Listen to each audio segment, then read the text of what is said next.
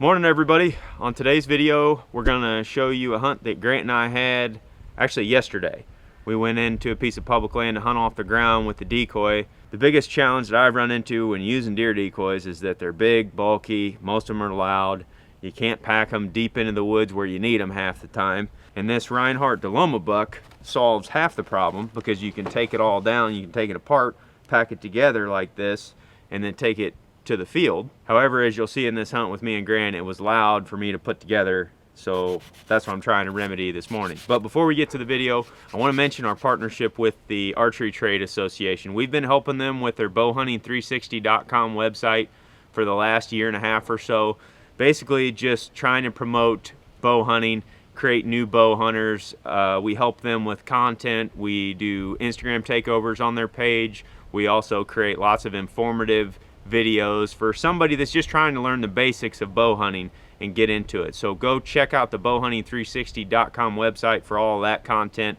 They also have a new website designed for new bow hunters. It's called thethrillisknocking.com. It's a pretty cool site. You should check it out as well. I'll put the link down below in the description so you guys can see that. But I'm gonna get to work on this decoy. You guys can watch this hunt that Grant and I had yesterday. Hope you all enjoy it.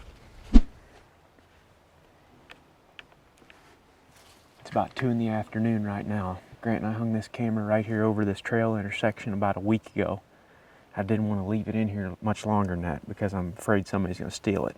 But I scouted some bedding last winter back in here, another 250, 300 yards. It had some huge rubs in it, so we already ran into a big rub on the way in here. So I'm hoping that there's something good on this card. So far, lots of does. Ooh, there's a nice buck right there. All the bucks on here are coming from this direction. See, there's a red oak flat right there. I'm betting they're winding up on those red oaks up there, and they're eventually working their way down in here. Sure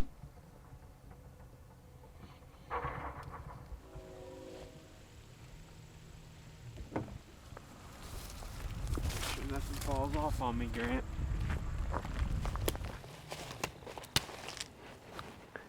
Trying to be quiet, and I look like a Sasquatch walking through the woods. Up there.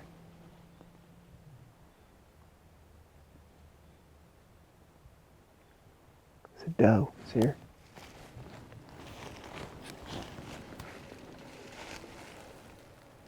Rub right up there. Another one right over there.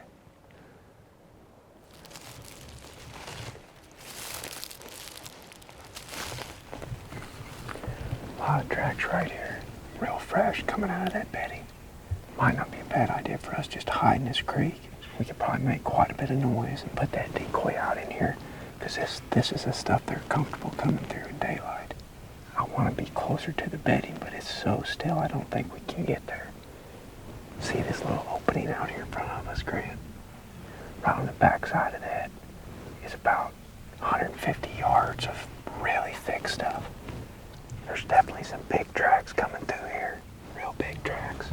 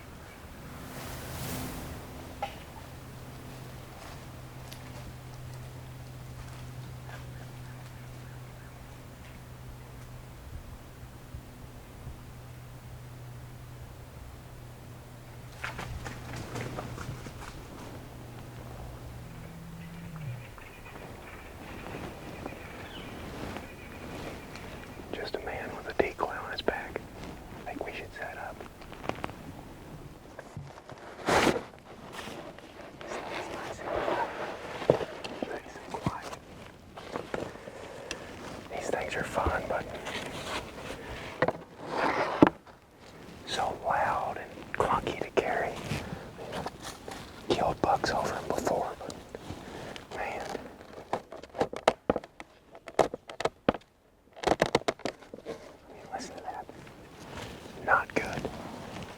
So just make a bunch of noise and then get ready really, really fast, okay?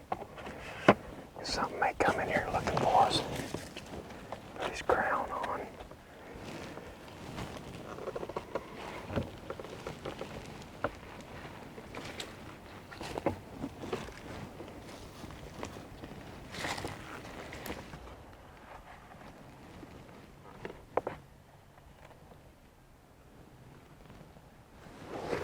Expecting him to come from that way.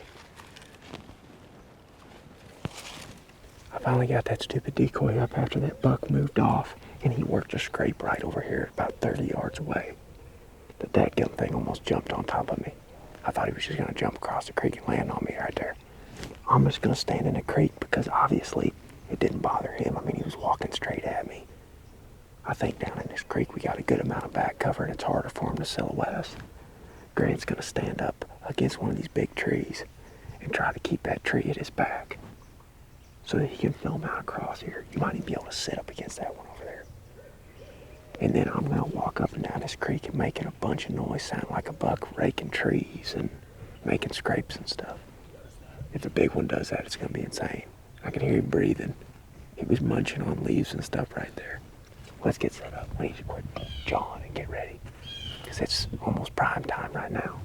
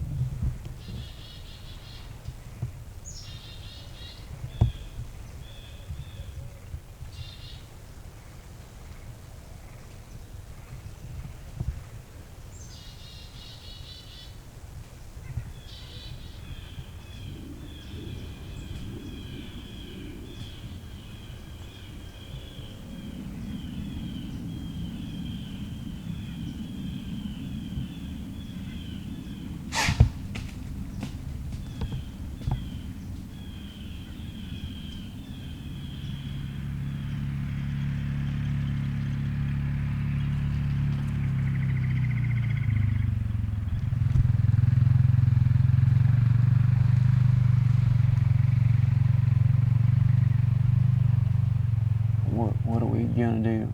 I mean, what are we gonna do now? I don't think a mature buck's coming up out of there tonight. Not after all that. It's looking so muddy too. You think that's what those does were running from? Yeah. Like those does got up there and were looking at the decoy and they didn't know what to think of him. But then this guy comes driving down through his field on the side-by-side. I wouldn't be mad if he would have stayed in his field and drove around. But instead, he drove down in here into the public and drove all the way down into the river bottom. Is like running over trees and stuff. For why? What for? In a really good setup too. I mean, all those deer came right up there to 10 yards. I mean, I could have killed that doe. She was 10 yards from me. Same as that little buck. Like, they just can't see us in this little creek. I don't know, there's more thick stuff on the back side of that over there that if he did bump any deer, they went into it. It's only 5:37, so we got an hour and 20 minutes of daylight left yet. Maybe we can get over and get set up by 6 or a little after. We'll try it.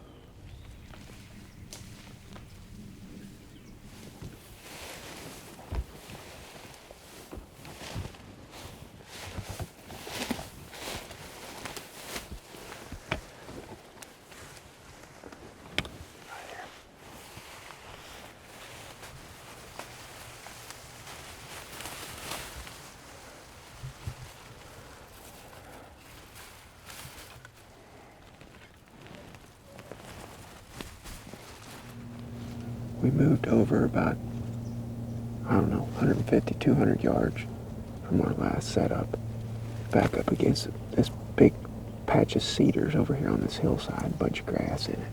I'm hoping that if that guy on the side-by-side bumped any deer out of this bedding area, that they just moved over here. I've been trying to make every 10, 15 minutes make a bunch of noise, sound like a buck scraping out here, and bring something out of that bedding area. We still got 20 minutes or so yet. You know, a minute ago I thought I heard a deer walking around in that timber, so we're trying.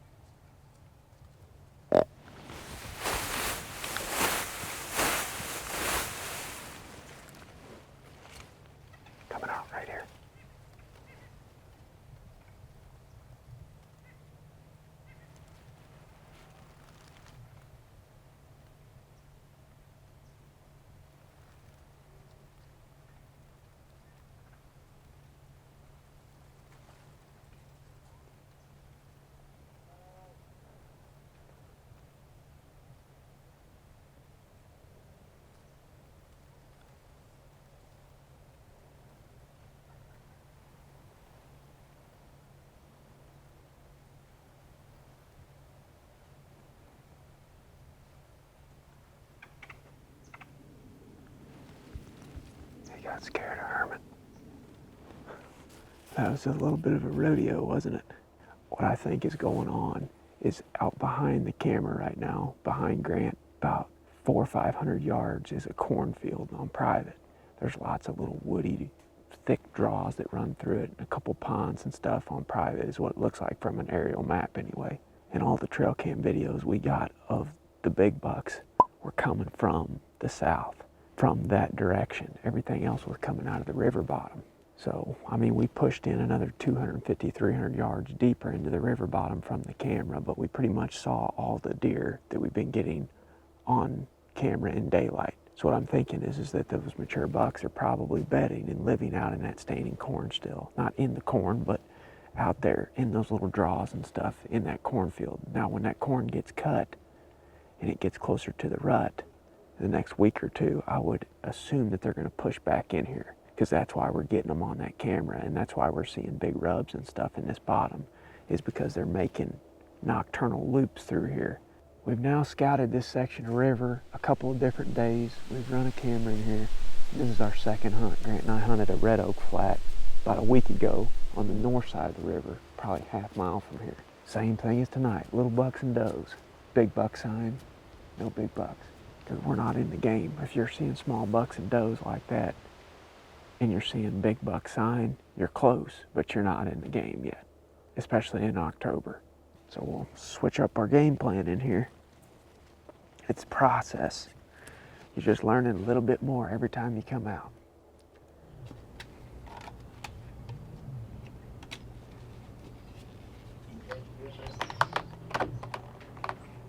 That was pretty quiet. It's better, for sure. That's way better Did you than... sand it there, or you just cut it? I sanded it and cut it. I used this little pad thing that I bought at the hardware store, and then I cut it. At least this thing fits now. Alright guys, so you watched that hunt. I got pretty frustrated at the decoy because it was really loud to put together. These legs don't fit well in the decoy, and I don't know if that's because we got it wet at one point in time and like the foam swelled or what. But I got some sandpaper and knives and all kinds of other stuff to try to get these things to fit right. And then we're gonna put them on a frame pack that's better suited for this thing. Packing it in last night was actually pretty easy. It was simple. When we just put it all on the frame pack and then we took it in there, and we didn't make a ton of noise getting it back in there, which is the goal. I think this one's got more room than yours, don't it? Yeah, that one's way better. It's not mine, but it's the one I used on the elk hunt. Whose is it? My buddy Brett's. Well, we're gonna ruin it. No, we're not. Your buddy Brett. We ruin everything. No. If I didn't ruin it out there, we're not gonna ruin it in the silly little Midwest. Oh, okay. Are you even backcountry, bro? I've been back in the country before. I'm from the country. That's right. I'm going back to the country this weekend. Yeah, it's true. Paris, America. Well, we got the decoy on the frame pack. This is a different frame pack than the one we used in the video. Sanded everything down so that it fits together a little bit more smoothly now, and it doesn't make as much noise. And now we got a decoy that we can pack in really far on public land and get set up. Probably gonna be hunting with this thing a lot soon. So, see you on the next video. Works, doesn't it? Seemingly. I think it does.